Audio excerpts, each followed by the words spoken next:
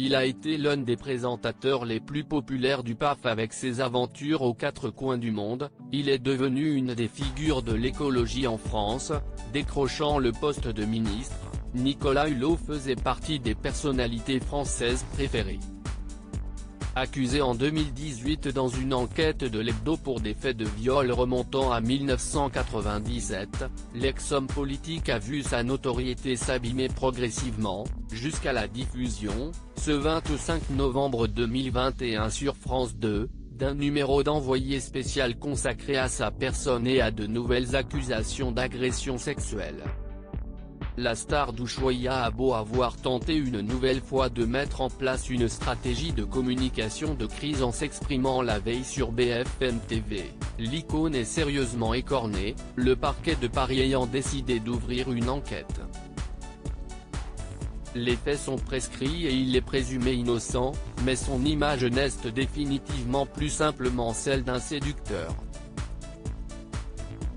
Pour faire face à cette épreuve, il a décidé de se retirer de la vie publique pour se consacrer à sa famille et ses amis. Un nouveau chapitre s'inscrit dans une existence marquée par la gloire cathodique, la passion pour l'environnement mais aussi par une jeunesse compliquée, au cours de laquelle il a fait face à la mort de son père, puis de son frère. Son père, Philippe Hulot, a un profil atypique, entre chercheur d'or et créateur de jardin. Sa mère est Monique Moulin, ancienne mère au foyer devenue responsable de maison de santé. Ensemble ils auront 3 enfants, Gonzague, Béatrice et Nicolas Hulot. Ce dernier a 15 ans lorsque son père, séparé de leur maman, meurt d'un cancer. Après ce drame, suivra la disparition tragique de son frère en 1974.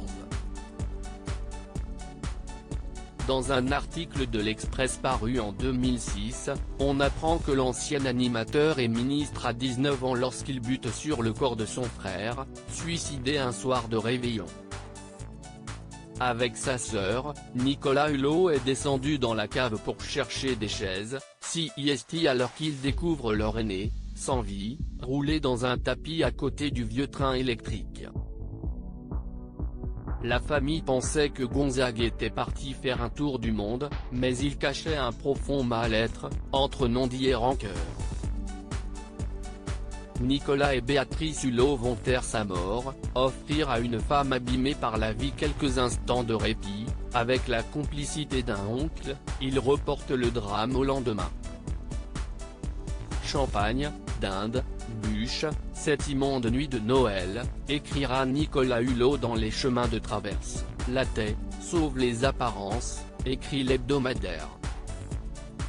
La vie ne vaut pas la peine d'être vécue, avait écrit leur frère.